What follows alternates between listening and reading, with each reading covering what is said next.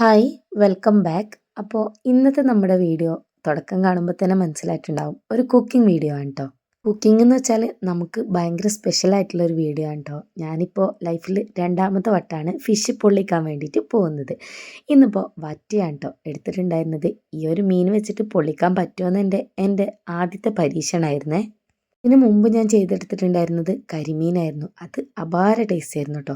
ഇന്നിപ്പോൾ ഈ ഒരു മീൻ കിട്ടിയപ്പം അത്യാവശ്യം വലുപ്പമുണ്ട്, അതുപോലെ തന്നെ കപ്പയുണ്ട് കേട്ടോ. അപ്പോൾ പിന്നെ കപ്പയും മീൻ പൊള്ളിച്ചതും കഴിക്കാൻ വേണ്ടിയിട്ടൊരു പൂതി. പിന്നെ ഒന്നും നോക്കിയില്ല, ഇത് വെച്ച് അങ്ങ് റെഡിയാക്കി എടുക്കാമെന്ന് വിചാരിച്ചു. സംഭവം ഇതങ്ങ് റെഡിയാക്കി എടുത്ത് കഴിഞ്ഞപ്പോൾ കേട്ടോ എനിക്കൊരു കാര്യം മനസ്സിലായത്, ഏത് ഫിഷ് വെച്ചിട്ടും നമുക്ക് മീൻ പൊള്ളിച്ചത് റെഡിയാക്കി എടുക്കാൻ വേണ്ടി പറ്റും. കിഡിലൻ ടേസ്റ്റുമാണ് കേട്ടോ. ഈ ഒരു വീഡിയോ അതുപോലെ ഫോളോ ചെയ്യുകയാണെങ്കിൽ നിങ്ങൾക്കും ഇനി നല്ല അടിപൊളിയായിട്ട് മീൻ പൊള്ളിച്ചതൊക്കെ റെഡിയാക്കി എടുക്കാൻ പറ്റും.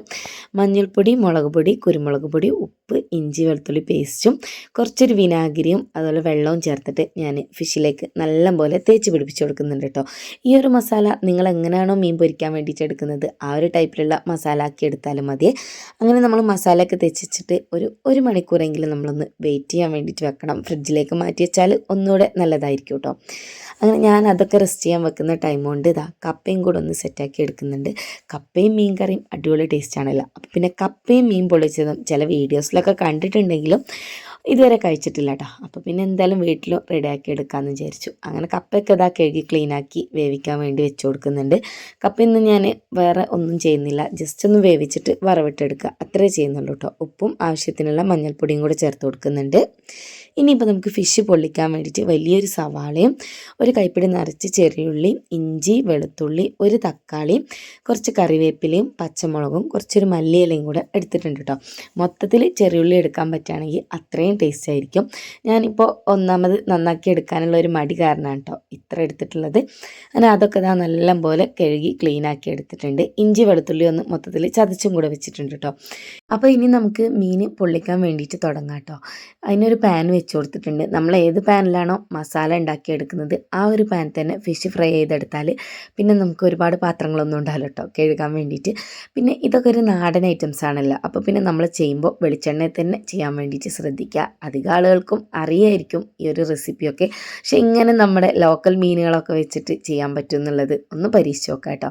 അപ്പോൾ അത് ആ വെളിച്ചെണ്ണയിലേക്ക് ഫിഷ് ഇട്ട് കൊടുത്തിട്ട് കുറച്ചൊരു കറിവേപ്പില കൂടെ ഇട്ട് കൊടുക്കുന്നുണ്ട്. അങ്ങനെ നമുക്ക് മീനൊക്കെ ഒരു സൈഡ് മുരിഞ്ഞ് വരുമ്പോൾ ഒന്ന് തിരിച്ചിട്ട് കൊടുക്കുക. ഒരുപാട് അങ്ങോട്ട് ഡ്രൈ ആയിട്ട് ഫ്രൈ ആക്കി എടുക്കരുത് കേട്ടോ. ജസ്റ്റ് ഇങ്ങനെ വെന്ത് വന്നിട്ട് നല്ല സോഫ്റ്റ് ആയിട്ട് നമുക്ക് കുക്കായി കിട്ടണം. അങ്ങനെ ആകുമ്പോഴേ ഉള്ളൂ നമ്മുടെ പൊള്ളിച്ചതിനും ആ ഒരു ടേസ്റ്റിലേക്ക് നമ്മുടെ തേങ്ങാപ്പാലൊക്കെ ചേർക്കുമല്ലോ കുറച്ച് കഴിഞ്ഞിട്ട്, അത് മീനിലേക്ക് നന്നായിട്ട് തന്നെ പിടിച്ച് കിട്ടുള്ളൂ കേട്ടോ. അപ്പോൾ അതാ ഫിഷൊക്കെ ഒന്ന് ഫ്രൈ ആക്കിയിട്ട് മാറ്റി വെച്ച് കൊടുക്കുന്നുണ്ട്. ഇനി ആ ഒരു സെയിം പാനിലേക്ക് തന്നെ കുറച്ചുകൂടെ ഒരു വെളിച്ചെണ്ണ ഒഴിച്ച് കൊടുക്കുക.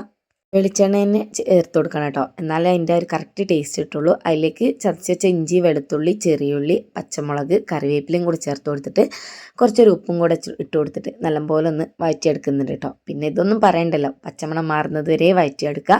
പിന്നെ മഞ്ഞൾപ്പൊടി, ഗരം മസാല, കാശ്മീരി ചില്ലി ഇട്ടിട്ട് ആദ്യം ഒന്ന് നല്ലപോലെ മൂപ്പിച്ചെടുക്കുക കേട്ടോ. ഇതിന് കുറച്ചധികം നേരം എന്താ പറയുക പച്ചമണം പോകാൻ വേണ്ടിയിട്ട് ടൈം എടുക്കും. പിന്നെ ഞാൻ വലിയ ജീരകത്തിൻ്റെ പൊടിയും കുറച്ചൊരു കുരുമുളക് പൊടിയും കൂടെ ചേർത്ത് കൊടുക്കുന്നുണ്ട്.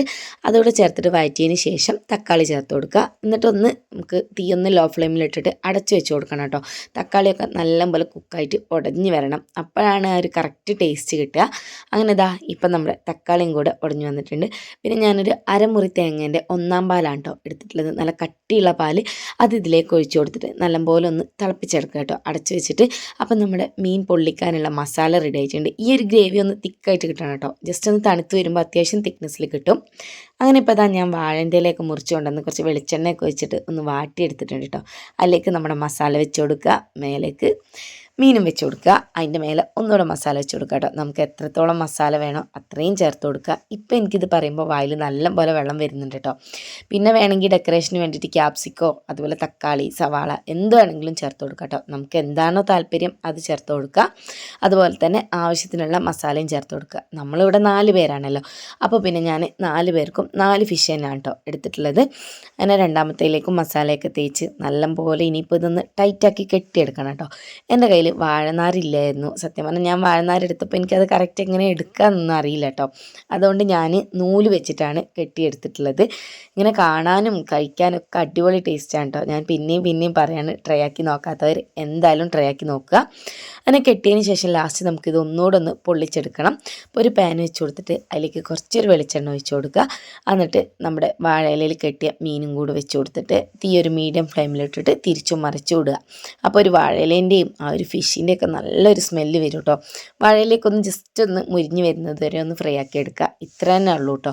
നമ്മുടെ മീൻ പൊള്ളിച്ചത് റെഡിയാക്കി എടുക്കാൻ വേണ്ടി പറ്റും. നമ്മൾ റെസ്റ്റോറൻറ്റിലൊക്കെ പോയി കഴിക്കുന്നതിനെക്കാട്ടി എത്രയോ ടേസ്റ്റാണ് കേട്ടോ വീട്ടിൽ ചെയ്യുമ്പോൾ.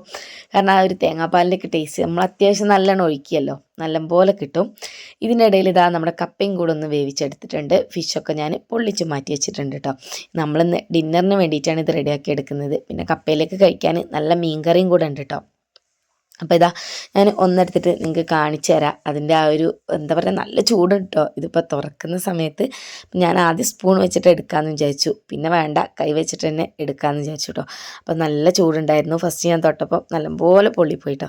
പിന്നെ ഇതാ ആ മസാലയും കൂട്ടിയിട്ട് വേണം കേട്ടോ ഫിഷ് എടുക്കാൻ വേണ്ടിയിട്ട് കഴിക്കാൻ. കിഡു ടേസ്റ്റാണ്. നമുക്ക് ചോറിൻ്റെ ഒപ്പം പൊറോട്ടേൻ്റെ ഒപ്പം ചപ്പാത്തീൻ്റെ ഒപ്പം ഒക്കെ കഴിക്കാം. അപ്പോൾ എല്ലാവരും ട്രൈ ആക്കി നോക്കുക. അടിപൊളി ടേസ്റ്റാണ് കേട്ടോ. വീഡിയോ ഇഷ്ടപ്പെട്ടാൽ ലൈക്ക് ചെയ്യാനും ഷെയർ ചെയ്യാനൊന്നും മറക്കരുത്. നല്ലൊരു വീഡിയോ ആയിട്ട് കാണാം. ബൈ.